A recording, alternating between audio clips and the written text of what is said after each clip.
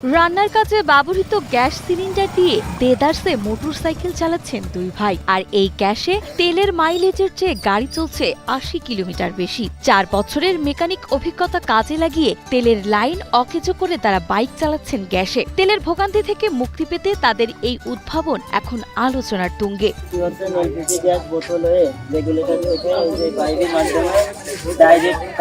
Line করা হয়েছে, এখানে কোনো তেলের লাইন নাই। তেল দীর্ঘ এক সপ্তাহ ধরে বন্ধ আছে, গাড়িতে এক ফোঁটা তেল নাই। আর এই কার্বোরেটরের ভিতরে আগের থেকে মোটিফাই করে নিয়ে, কারণ কি যে ডাইরেক্ট যদি লাইন দেওয়া হয় আগুন ধরতে পারে, আমাদের জীবনের এতটা মূল্য আছে, সেটা দেখে যাতে আগুন না ধরে সেই সিস্টেম করে এই যে গ্যাসের লাইন করে, এতে কোনো রিস্ক নেই। আর এতে যে মাইলেজ পাওয়া যাচ্ছে তেলের থেকেও দুর্দান্ত।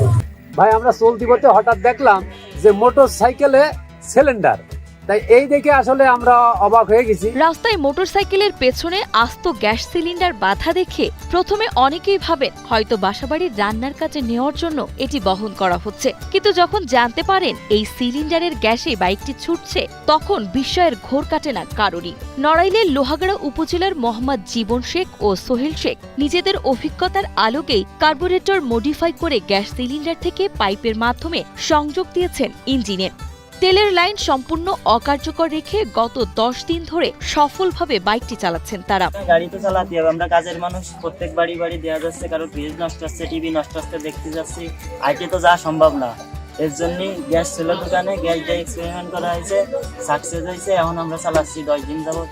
মধ্যপ্রাচ্য পরিস্থিতির কারণে সৃষ্ট জ্বালানি তেলের সংকট ও পাম্পগুলোতে ঘন্টার পর ঘন্টা লাইনে দাঁড়িয়ে থাকার চরম ভোগান্তি এড়াতেই তাদের এই অভিনব উদ্যোগ। এই দুই উদ্যোক্তা ভাইয়ের দাবি, গ্যাসে মোটরসাইকেল চালানোর ক্ষেত্রে তারা কোনো ধরনের ঝুঁকি বোধ করছেন না, উল্টো তেলের চেয়ে খরচ বাঁচছে অনেক। প্রাথমিক অবস্থায় বড় সিলিন্ডার দিয়ে বাইক চালালেও খুব শীঘ্রই এর পরিবর্তে ছোট ও সহজে বহনযোগ্য সিলিন্ডার সংযোজনের প্রস্তুতি নিচ্ছেন তারা। অনেকজন অনেক কথা বলে যে আগুন ধরার ভয়, কি ভালো কি মন্দ, কিন্তু যে এসব কোনো সমস্যা নাই, কারণ আমরা যে সিস্টেম আর কি যে করেছি নিজেকে অভিজ্ঞতা দিয়ে, যে কার্বোরেটরের মাধ্যমে আর কি যে ডাইরেক্ট দিলে যে আগুন ধরার ভয় আছে, এটা এই কথা সত্য, কিন্তু এই জায়গায় থেকে আমাদের যে সিস্টেমটা করা আছে এতে কোনো রিস্ক নাই, কোনো সমস্যা নাই।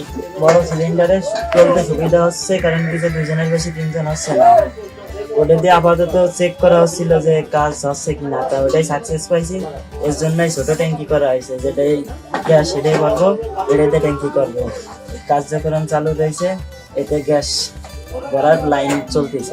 জ্বালানি তেলের অব্যবস্থাপনা ও সংকটের এই সময়ে রান্নার গ্যাসে চলা মোটরসাইকেলের খবর মুহূর্তেই ছড়িয়ে পড়েছে চারিদিকে। প্রতিদিন দূর দূরান্ত থেকে বিভিন্ন পেশার মানুষ এই অভিনব আবিষ্কারটি এক নজর দেখতে রাধানগর বাজারে ভিড় জমাচ্ছেন। কেবল কৌতূহল মেটানোই নয়, তেলের ভোগান্তি থেকে মুক্তি পেতে অনেকেই এখন নিজেদের সাথের মোটরসাইকেলটিকে গ্যাসে রূপান্তর করার প্রবল আগ্রহ প্রকাশ করেছে এই দুই ভাইয়ের কাছে।